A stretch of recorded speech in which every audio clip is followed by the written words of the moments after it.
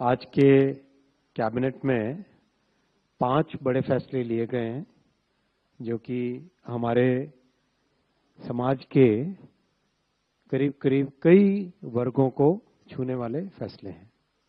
सबसे पहला फैसला लिया उज्ज्वला स्कीम से संबंधित 12,060 करोड़ रुपए का। दूसरा, किस तरह से हमारे मध्यम वर्गीय परिवारों में सस्ती एलपीजी गैस मिल सके, उसका फैसला लिया, जिसका 30,000 करोड़ रुपए का टोटल इम्प्लीकेशन है। तीसरा, हमारे राज्यों में टेक्निकल एजुकेशन इंस्टीट्यूशंस को कैसे मजबूत बनाए, नौजवानों के लिए नई व्यवस्था बने, नए साधन निकले, उसके लिए 4,200 करोड़ रुपए का फैसला है ये। फिर हमारे नॉर्थ ईस्ट में असम और त्रिपुरा के लिए 4 स्पेशल डेवलपमेंट पैकेज कंपोनेंट्स आज हुए हैं, जो 4,250 करोड़ रुपए केंद्र सरकार के और राज्य सरकार का जोड़ो तो 7,250 करोड़ रुपए के फैसले। फिर देश में इंफ्रास्ट्रक्चर की जो क्रांति चल रही है, उसमें एक और नया सेक्शन जुड़ा है, मरकनम से Puducherry 4 lane highway, 2,157 crore, total 52,667 crore. PM Ujjwala योजना दुनिया में आज सब जगह रिकॉग्नाइज्ड है, इंक्लूसिव ग्रोथ का एक बहुत बड़ा एग्जाम्पल। और इंक्लूसिव ग्रोथ का भी एक ऐसे लेवल का, ऐसे स्कोप का, ऐसे स्केल का ये प्रोग्राम है, जो प्रोग्राम आज दुनिया भर में पहचाना जा रहा है। किस तरह से लोगों के जीवन में एक स्थायी परिवर्तन, और स्थायी परिवर्तन भी बहुत बड़े पैमाने पर हो, वो उज्ज्वला का एक बहुत बड़ा एग्जाम्पल है। जब 2016 में माननीय प्रधानमंत्री जी ने उज्ज्वला योजना लॉन्च की थी, तब भावना इसमें अंत्योदय की भावना थी, जो गरीब से गरीब व्यक्ति, उनके जीवन में बड़ा परिवर्तन आए और बहनों माओं के जीवन में एक ग्रामीण क्षेत्रों में बहुत बड़ा परिवर्तन आए। 10 करोड़ 33 लाख 10 करोड़ 10 करोड़ 33 लाख बेनिफिशियरीज, यानी 10 करोड़ 33 लाख घरों में उज्ज्वला के कारण परिवर्तन आया। करीब 2,200 रुपए की टोटल सपोर्ट मिलता है इस स्कीम में।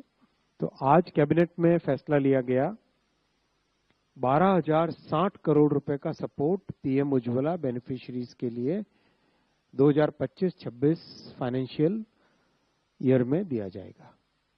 अब तक अगर हम देखें, टोटल उज्ज्वला योजना में 52,000 करोड़ रुपए का बेनिफिट देश में लाखों करोड़ों परिवारों को मिल चुका है इसका। इस आज के फैसले से करीब 10 करोड़ 33 लाख घरों में एक नई एक लाभ मिलेगा, एक बेनिफिट मिलेगा, जिससे पीएम उज्ज्वला को आगे बढ़ाने में मदद मिलेगी। दूसरा फैसला लिया है कि कैसे हमारे मिडिल क्लास परिवारों में एलपीजी गैस अफोर्डेबल रहे, कम से कम दाम पे मिले। उसके लिए 30,000 करोड़ रुपए की सब्सिडी आज अप्रूव हुई है, जो सीधा हमारे एलपीजी, हमारे मध्यम वर्गीय परिवारों के बेनिफिट में जाएगी। हम सब जानते हैं कि आज एलपीजी पे करीब करीब पूरा देश ही शिफ्ट हो चुका है। पुराने समय की सिगड़ी, चूल्हे, गैस, वो सब खत्म हो चुके हैं। मोदी जी ने इन 11 वर्षों में ऐसा बड़ा परिवर्तन लाए। तो और गैस के प्राइसेस, जिस तरह से आज की जियोपॉलिटिक्स है, उस जियोपॉलिटिक्स में गैस के प्राइस ऊपर नीचे होते हैं, तो उसमें हमारे परिवारों को, मध्यम वर्गीय परिवारों को कैसे हम इंसुलेट करके रखें, उनके ऊपर कोई नेगेटिव इम्पैक्ट ना पड़े, ये सोच के ये फैसला लिया गया। 30,000 करोड़ रुपीस अप्रूव किए हैं, जो कि सीधा मिडिल क्लास परिवारों के जेब से बचेंगे, जो कि उनके परिवारों में एक खुशी दौड़ेगी। तीसरा बड़ा फैसला लिया गया कि राज्य सरकारों के जो टेक्निकल एजुकेशन के इंस्टीट्यूशंस हैं, उनको सपोर्ट करना, उसमें ट्रांसफॉर्मेशन लाना, उसके लिए 4,200 करोड़ रुपए का एक प्रोग्राम सैंक्शन हुआ है। हम सब जानते हैं आईआईटी आईएम का एक सिस्टम है, बहुत एक उसका एक लेवल विश्व भर में जाना माना जाता है। एनआईटीज का सिस्टम है, दुनिया भर में उसको माना जाता है, मान्यता प्राप्त है। जो राज्य सरकारों के टेक्निकल इंस्टीट्यूशंस हैं, उनमें गुणवत्ता कैसे आए, क्वालिटी कैसे आए, कैसे इम्प्रूवमेंट आए, तो 175 इंजीनियरिंग इंस्टीट्यूशंस एंड 100 पॉलिटेक्निक्स देश भर में, जिसमें करीब 7.5 lakh students and 13,000 faculty members को बेनिफिट मिलेगा, उसके लिए ये प्रोग्राम बनाया है। 5 पिलर्स है इस प्रोग्राम के। सबसे पहला होगा upgradation of the classrooms, laboratories, infrastructure, और जिससे कि उनका ओवरऑल क्वालिटी में इंप्रूवमेंट आए। दूसरा, इंटर्नशिप और प्लेसमेंट सर्विसेज में बहुत फोकस किया है इसमें।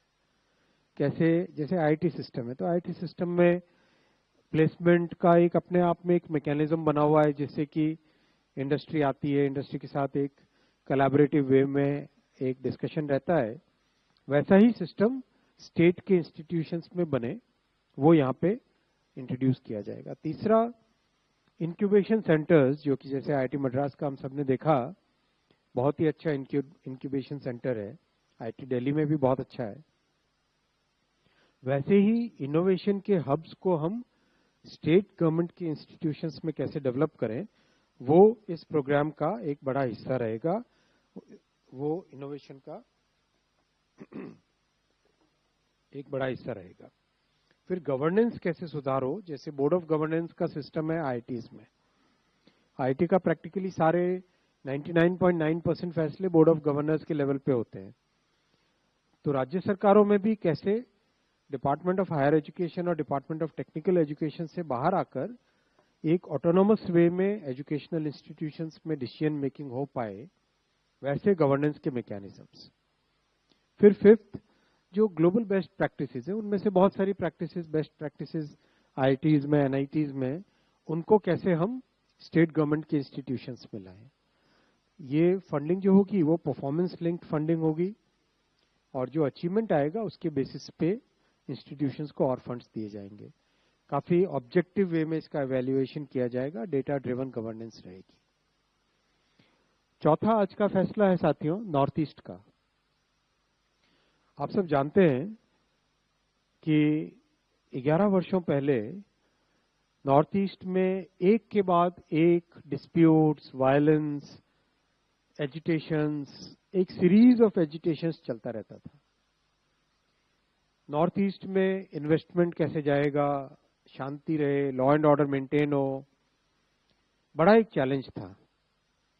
इन 11 वर्षों में प्रधानमंत्री श्री नरेंद्र मोदी जी के नेतृत्व में नॉर्थ ईस्ट में एक के बाद एक डायलॉग के थ्रू, आपस में बैठ के बातचीत के थ्रू, बैठ के समस्या को समाधान करने की भावना के साथ जो डिस्कशंस हुए, उसके through series of memorandum of settlement हुए, और उसके कारण कई ऐसे ग्रुप्स जो कि मेन स्ट्रीम से बाहर थे, एजिटेशन का रास्ता उठाए हुए थे, वायलेंस में लिप्त थे, वो सब एक नॉर्मल मेन स्ट्रीम में आए। कई सारे एग्जाम्पल्स हैं। उन सब के कारण करीब करीब 10,000 कैडर्स ने सरेंडर करके मेन स्ट्रीम में जुड़े इन 11 वर्षों में। यूपीए के टाइम में 500, 550, 600 करोड़ का कुछ ओवरऑल वहां पे ग्रांट ज्यादा था, न उसका इम्प्लीमेंटेशन होता था ढंग से, केवल एक खाना पूर्ति जैसा था। एनडीए में इन 11 वर्षों में मेमोरेंडम होना, बातचीत, और एकदम रियलिस्टिक प्रैक्टिकल तरीके से बातचीत, फिर उनके लिए स्पेशल पैकेज बनना, उस पैकेज का इम्प्लीमेंटेशन होना, और इम्प्लीमेंटेशन के बाद में उसका फॉलोअप, रिजल्ट मेन स्ट्रीम में इंटीग्रेट करना, और उनकी सोसाइटी के हर आयाम को और उनके जो विशेष रिक्वायरमेंट्स हैं उनको ध्यान में रखते हुए ये सारे प्रोग्राम्स बने। तो अभी रिसेंट टाइम्स में 4 और नए मेमोरेंडम ऑफ सेटलमेंट हुए हैं असम और त्रिपुरा में। उन चारों के लिए स्पेशल डेवलपमेंट पैकेज बनाए, वो आज कैबिनेट में अप्रूव हुआ। इसमें टोटल 7,250 करोड़ रुपीस का ये पैकेज है, जिसमें से 4,250 करोड़ रुपीस सेंट्रल गवर्नमेंट से आएंगे और 3,000 करोड़ रुपीस स्टेट गवर्नमेंट के। इस 4,250 करोड़ रुपीस में बेसिकली ये जो 4 कंपोनेंट्स हैं वो आपके सामने हैं। सबसे पहला आसाम में है, आदिवासी ग्रुप्स ऑफ आसाम के साथ। फिर दूसरा है आसाम में ही दिमासा नेशनल लिबरेशन आर्मी और दिमासा पीपल सुप्रीम काउंसिल के बारे में के साथ। तीसरा again United liberation Front of Assam के साथ, उनके कुछ ग्रुप्स थे उनके साथ। और चौथा ऑल त्रिपुरा टाइगर फोर्स और National Liberation Front of Tripura.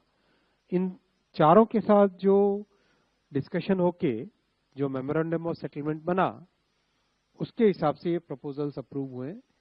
और ये प्रपोजल, इसमें कई तरह के काम लिए जाएंगे। कनेक्टिविटी के काम होंगे, एजुकेशन के काम होंगे, हेल्थ केयर से रिलेटेड काम होंगे, स्पोर्ट्स और जो इंडिजिनस मेडिसिन है, इंडिजिनस स्पोर्ट्स हैं, उन सब का ध्यान दिया जाएगा। और विशेषकर जो कल्चरल इंटीग्रेशन है, आदिवासी कल्चर को मेंटेन करना, उसके साथ साथ फिर इंटीग्रेशन करना, इन चीजों पे भी बहुत बड़ा ध्यान दिया जाएगा।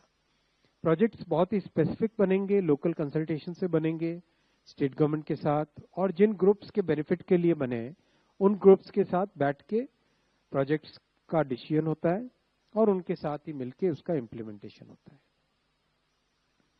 आज का 5वां फैसला है साथियों,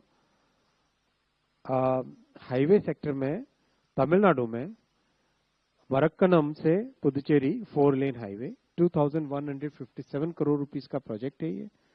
और इसका लोकेशन नक्शे में अगर देखें हम, साउथ में ये कंप्लीट ईस्ट कोस्ट हाईवे है, चेन्नई से लेके कन्याकुमारी तक, ईसीआर कहते हैं इसको, ईस्टर्न कोस्टल रोड।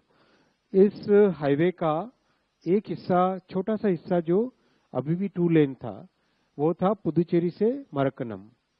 और इसके कारण काफी कंजेशन रहता था और एक तरीके से ये पुदुचेरी सिटी के अंदर से जाता था। तो ये आप देख रहे हैं, ये existing highway already NH332A Chennai से नागापट्टनम, उसमें ये वाला सेक्शन बनेगा, पुदुचेरी से मरक्कनम वाला सेक्शन बनेगा इस प्रोजेक्ट के तहत। इसका 4 लेनिंग होगा। अच्छा प्रोजेक्ट है, पुदुचेरी शहर को डिकंजेस्ट करेगा, कनेक्टिविटी को बढ़ाएगा, और पुदुचेरी शहर में बहुत प्रसिद्ध, बहुत ही अच्छे स्थल है, वहाँ पे लोग जा सकेंगे दर्शन के लिए भी। एक फिलोसॉफिकल व्यू पॉइंट भी पुदुचेरी में जाते हैं तो रहता है, और वहाँ पे इंडस्ट्रियल ग्रोथ भी अच्छी हुई है अभी, तो उस इंडस्ट्रियल ग्रोथ को का भी, उसमें भी एक एक्सेलरेशन होगा इससे। प्रोजेक्ट 46 किलोमीटर्स का है, 11 किलोमीटर एग्जिस्टिंग 2 लेन है, that will be upgraded to 4 lane and 35 kilometre green field development होगा। Mostly project will be bypassing Puducherry town, जिससे कि उसके आउटस्कर्ट से निकलेगा। हाँ ठीक है ना, ये NHI, हाँ उसके आउटस्कर्ट से निकलेगा, और हाइब्रिड एन्युटी मॉडल से बनेगा। कंसेशन पीरियड 17 ईयर्स का है और कंस्ट्रक्शन पीरियड 2 ईयर्स का है। अच्छा इसमें बेनिफिट रहेगा, हैवी कॉमर्शियल ट्रैफिक जो पुदुचेरी सिटी के अंदर से जाता था वो चेंज हो पाएगा। जिपमेर, ऑरोविल, वो सब चीजें, बस कई इंस्टीट्यूशन से पुदुचेरी में उनका बेनिफिट भी मिलेगा। ओवरऑल साथियों, इंफ्रास्ट्रक्चर में इस थर्ड प्रधानमंत्री जी की इस ऐतिहासिक तीसरी टर्म में बहुत इन्वेस्टमेंट्स हुए हैं।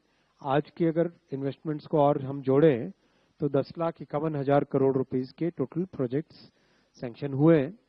ये सेक्टर बाय सेक्टर आपके सामने लिस्ट है। एयरपोर्ट सेक्टर में, पोर्ट सेक्टर में, और पोर्ट सेक्टर में Vadhavan port will become a game changer in the entire shipping and logistics sector of the country. This will be among the top 10 ports in the entire world, Vadhavan port. तो इसको आप लोग watch करें, बहुत बड़ा change आने वाला है और इस पे काम भी बहुत अच्छा चल रहा है।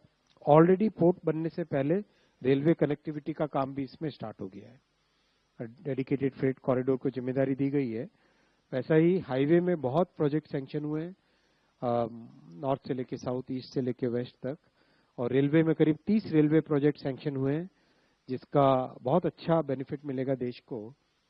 और because of this expansion in railways, करीब 400 मिलियन टन्स ट्रैफिक इन कुछ समय में डाइवर्ट हुआ है फ्रॉम हाईवे टू रेलवे, और उसके कारण एक बहुत अच्छा इम्पैक्ट पड़ा एनवायरमेंटल, वो भी आपकी जानकारी में आएगा जल्दी। और मेट्रो आप जानते हैं कि किस तेजी से बढ़ रहा है देश में। Industrial smart cities, housing, hydro electricity और रोपवेज, ये सारे प्रोजेक्ट्स इन 1 वर्ष के टाइम फ्रेम में प्रधानमंत्री जी की इस ऐतिहासिक थर्ड टर्म में सैंक्शन हुए। I will take questions now and will go, एक थोड़ा सा अलग इस बार लेते हैं, पहले लेफ्ट का पूरा ले लें, फिर सेंटर पूरा ले लें, फिर बाद में राइट ले लेते हैं। ऐसा करने से बेनिफिट होगा कि एक तरफ देखना रहता है, फिर ढूंढना इजी हो जाता है। ऐसा करें? Okay, okay with all. Deepak चलेगा? Sujeet thank you sir. आइए लेफ्ट से चालू करते हैं। लेफ्ट में हम first row, second row, third row, fourth row, इस तरह से चलेंगे, ठीक है? Thank you ma'am. वैसे आपका राइट है, मेरा लेफ्ट है। Exactly. I hope I'm audible. Good evening. This is Sapna from CNBC TV 18. Two questions. One, of course, on the 30,000 odd crore compensation for OMC is also taking care of the fact that the LPG cylinders have been highly subsidized in the Indian market in favor of the consumers. That's one.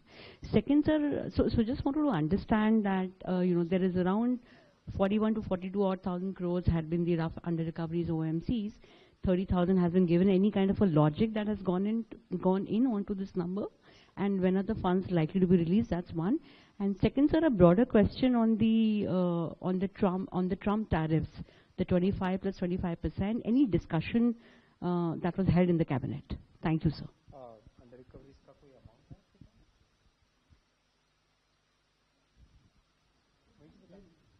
नहीं, mic की जरूरत नहीं।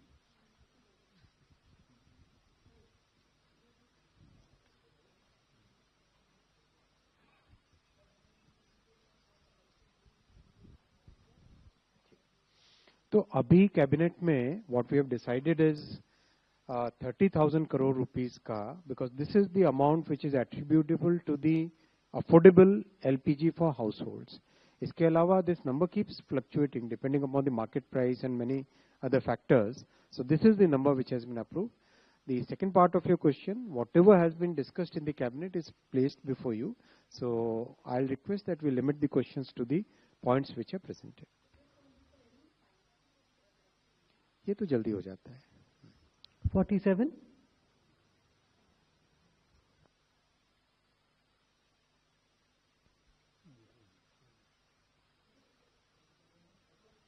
ये first row भाई, पहले first row, फिर second row, फिर third row, ऐसे चलो। सर, ये टेक्निकल इंस्टीट्यूट्स जो स्टेट्स के हैं उनके लिए 4,250 करोड़ रुपए का आपने अलॉटमेंट किया, तो किस चीज के लिए इसका ये इस्तेमाल किया जाएगा इस अमाउंट का? 5 काम के लिए किया जाएगा।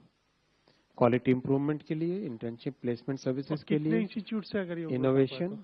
कितने इंस्टीट्यूट है जिनके लिए 175 इंजीनियरिंग इंस्टीट्यूशंस एंड 100 पॉलिटेक्निक्स। ये पीपीटी आपको सबको शेयर होता है ना, आता है ना दीपक? Second row. Sir, this expansion of this national highways, so how much carbon points we will earn? Is there any calculation on that? है नंबर इसका कैलकुलेशन कार्बन पॉइंट्स का? नहीं होगा ना, आपको जानकारी लेके बता देंगे। Thank you. Third row. Out of syllabus तो आप पूछ ही लोगे एक ना एक question.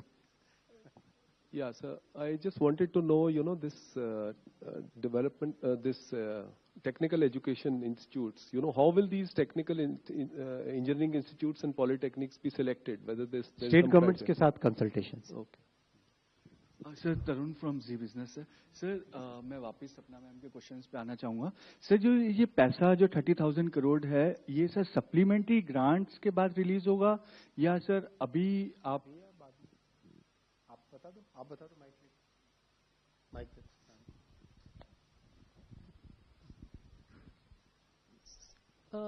It has been approved only today, so we will go to Ministry of Finance, and then whether it has to be done through supplementary grant or contingency will be decided. इतना deep में इसमें जाने का कारण? लग जाएगा ना sir? Time नहीं लगता है, हमारी सरकार में कहाँ टाइम लगता है। Fourth row. मोदी जी के समय में आप जानते हो काम की स्पीड कैसी है. And now, fifth aptitude. The institutions list. Ministry of Education will share it. Sixth row. This only, इसमें स्टेट्स कौन से हैं सर? सारे ही हैं. सारे स्टेट में 100 पॉलिटेक्निक्स थोड़े हैं सर, सारे स्टेट में तो बहुत सारे हैं. हाँ हाँ, तो स्टेप बाय स्टेप जाते हैं ना. Sir, I'm Sahil from ANI. Just wanted to know, you talked about Vadhavan Port and you called it a game changer. Vadhavan Port. You called it as a game changer. How much it caters to? What would be the capacity? This is a new port. This is a new port which is under development now. In one of the past presentations, I have given the complete presentation on it. You can check that. And now Vadhavan Port has a full website. You can go on that website also. Government of Maharashtra as well as Ministry of Shipping and Ports, they have complete data about it. It's very good port. It's going to be a game changer for our country. Yeah. Done? Anybody behind that? Okay, center. Okay, center. Center. First row, center. This is better mechanism. Second row. Third. I think so we go on the right now. Very good. Second row. Come to the right. Deepak ji. Deepak का question. Sir सबके दिमाग में ये हो गया, tariff के मुद्दे पे कोई बातचीत हुई? तो मैंने जवाब दे दिया ना आपको.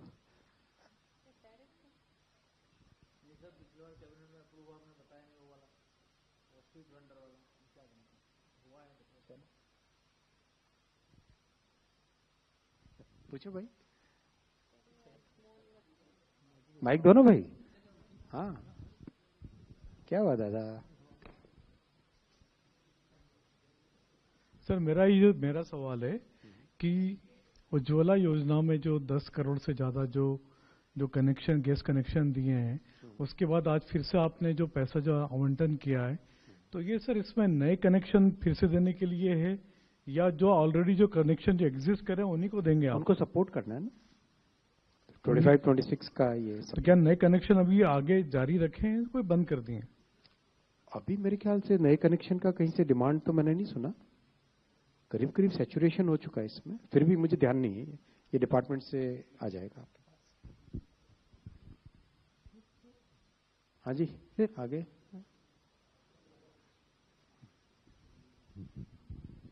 Thank you, sir. Sir, you mentioned that the government has approved this LPG subsidy to protect consumers and particularly the middle class in view of the global uncertainty around these prices.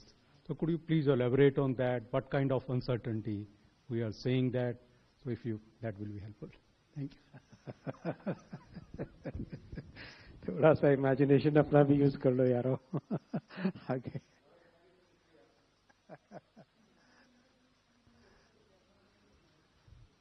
आगे. चलिए, thank you, नमस्कार, धन्यवाद.